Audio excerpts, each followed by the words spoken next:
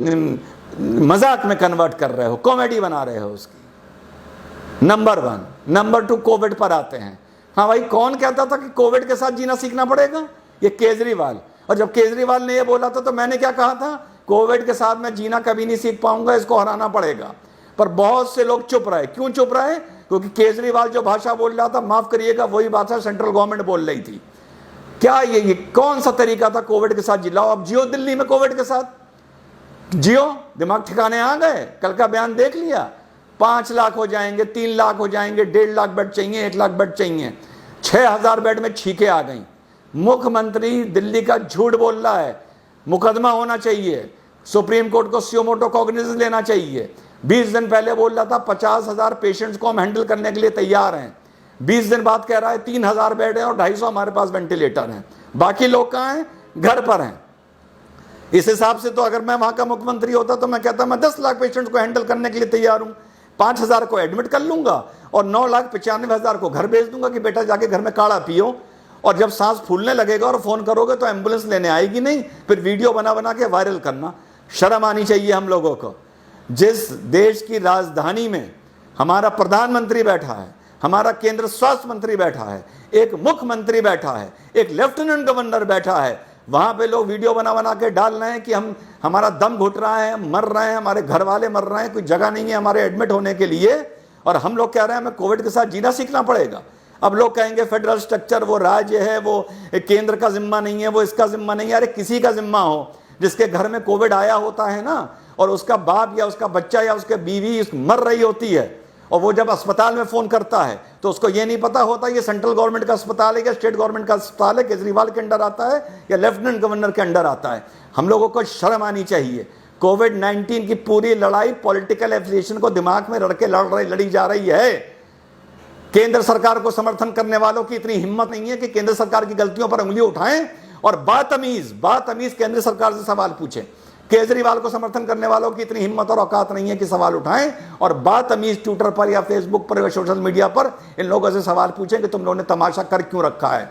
तुम लोगों ने देश को कोविड-19 की लड़ाई को लेके लावारिस बना दिया है। मानो या न मानो, किसकी कितनी गलती है ये आपस में तय करते रहना, ठीक है? तो वो बात तो दिमाग से अब निकाल दो कि कोविड के साथ जीना सीखना पड़ेगा। जिस शहर, जिस गांव, जिस स्टेट में कोविड ने पैर पसार लिए, पैर फैला दिए, उस जगह कोविड के साथ जीना नहीं सीख पाओगे। कोविड से जब तक जीना अकड़ते रहो, जब तक कोविड तुम्हारे और हमारे घर नहीं आया है। जिस दिन घर आ गया ना, दिमाग ठिकाने कर देगा।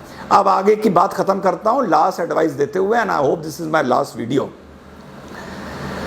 इतने बेड चाहिए, इतने पेशेंट चाहिए, इतने डॉक्टर्स कहां से लाओगे? जो डॉक्टर्स हैं बेचारे पहले ही थके हुए हैं।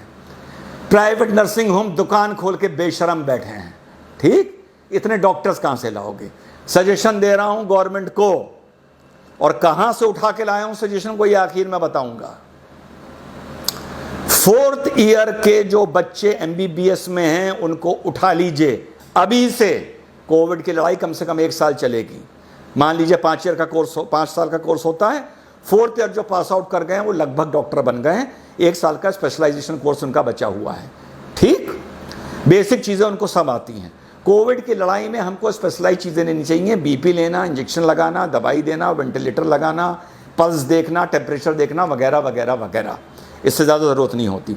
जो लोग होम आइसोलेशन में, घर में अगर एम्बुलेंस जा रही है उनको चेकअप के लिए जाना, विजिट करना, लैब्स में ड्यूटी लगाना। इन लोगों को, बच्चों को, 4th ईयर के बच्चों को उठाइए, कोविड की लड़ाई में इनको इन्वॉल्व करिए। बीच की पढ़ाई इनकी 4th ईयर के बाद ब्रेक करिए। अभी जो सेशन शुरू हो रहा है, एक झटके में हिंदुस्तान में हजारों डॉक्टर खड़े हो जाएंगे। अलग अलग इनकी ड्यूटी लगाइए। साल भर के बाद, आफ्टर 1 ईयर मीन्स जून 2021 में ये अपने कोर्सेज को कंप्लीट करने के लिए उससे फिर से ज्वाइन करेंगे। और जो ये 2021 में पास आउट होते हैं, अब ये 2022 में पास आउट होंगे। इस दौरान आप इनको जो भी नाम देना चाहें वो दीजिए, जो अच्छा रिस्पेक्टेबल स्टाइपेंड देना चाहें वो दीजिए। जब ये 2021 में अपने जूनियर बैच को ज्वाइन करेंगे और 2022 में पास आउट होके निकलेंगे, 2021 में पास आउट होना चाहिए था अगर 2020 से लास्ट ईयर शुरू होता, समझिएगा मेरी बात। पास आउट होके निकलेंगे, लेकिन इनको डीम्ड पास आउट इन 2021 ही माना जाएगा। Deemed is a legal term, it is a constitutional term. Deemed pass out 2021, actual pass out 2022। और जब ये पास आउट होकर निकलेंगे तो इनके पास 1 साल का देश सेवा का एंड गवर्नमेंट जॉब का उस टाइम एक्सपीरियंस होगा। So they will have an experience of 1 year. जो मेडिकल रेगुलेशन बोलता है कि आपको 1 साल गवर्नमेंट के लिए काम करना पड़ेगा, plus they will have a degree and plus and later of certificate of appreciation and a medal of appreciation, जो पूरी जिंदगी इन लोगों के काम आएगा। एक झटके में हम इस देश में हजारों डॉक्टर 1 महीने की ट्रेनिंग के बाद खड़े कर सकते हैं। ना उनका ईयर वेस्ट होगा, उनके फेदर इन द कैप लगेगा, उन्हें देश सेवा का मौका मिलेगा। हमारे डॉक्टर्स की हेडेक खत्म हो जाएगी, नंबर ऑफ डॉक्टर्स की। वो हमारे मेन डॉक्टर्स को मौके पे सब्स्टिट्यूट कर सकते हैं, ताकि हमारे जो मेन डॉक्टर्स हैं वो टायर आउट ना कर जाएं, वो फटीक आउट ना कर जाएं। ये आइडिया मेरे दिमाग में कहाँ से आया? ये काम किया था ब्रिटेन ने वर्ल्ड वॉर 1 में। 4th ईयर MBBS के बच्चों को उठा के 1 महीने की ट्रेनिंग दे के अलग अलग शहरों में उन लोगों को डिप्यूट कर दिया गया था। और पास आउट होने के बाद जो भी कॉमनवेल्थ था, उनकी कॉलोनीज थी, और 1 साल का उन्होंने शायद इनसे वर्क मांगा था। उसके बाद वापस लोगों को कोर्स में इनरोल कर लिया गया था और डॉक्टर की डिग्री दे दी गई थी। ये बात मुझे कैसे पता? मेरे दादाजी ब्रिस्टल मेडिकल कॉलेज इंग्लैंड से MBBS कर रहे थे। मैं रियल दादा, उनको भी 4th ईयर के बाद इसी तरह उठाया गया था। मिडिल ईस्ट में उनकी पोस्टिंग करी गई थी, इंडिया में भी उनकी पोस्टिंग की गई थी। 1 साल के बाद वो फिर से उन्होंने इंडिया ही से अपना कोर्स कंप्लीट किया था। This was the out of box idea जो ब्रिटिशर्स ने इंप्लीमेंट किया था।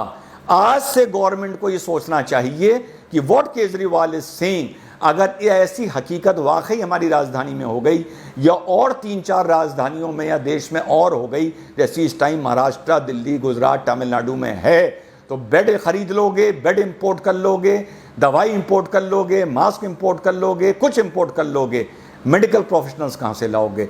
आज से गवर्नमेंट को ये इंप्लीमेंट करना चाहिए, ताकि जून एंड या जुलाई आते आते हमारे पास मेडिकल ग्रेजुएट्स की एक फोर्स हो और वो इस लड़ाई में शामिल हों। This was my idea. तो चाइना के बारे में मैं बोल चुका हूँ। Let us become a responsible nationalist people. अपनी राष्ट्रवाद को ज़रा ठहराव दो, थोड़ी गहराई दो, उकसाने की, चिल्लाने की ज़रूरत नहीं है। और दूसरा, मेडिकल ग्रेजुएट्स गवर्नमेंट कहाँ से उठा सकती है, ये मैंने एक आइडिया दिया है। और इंग्लैंड ने वर्ल्ड वॉर 1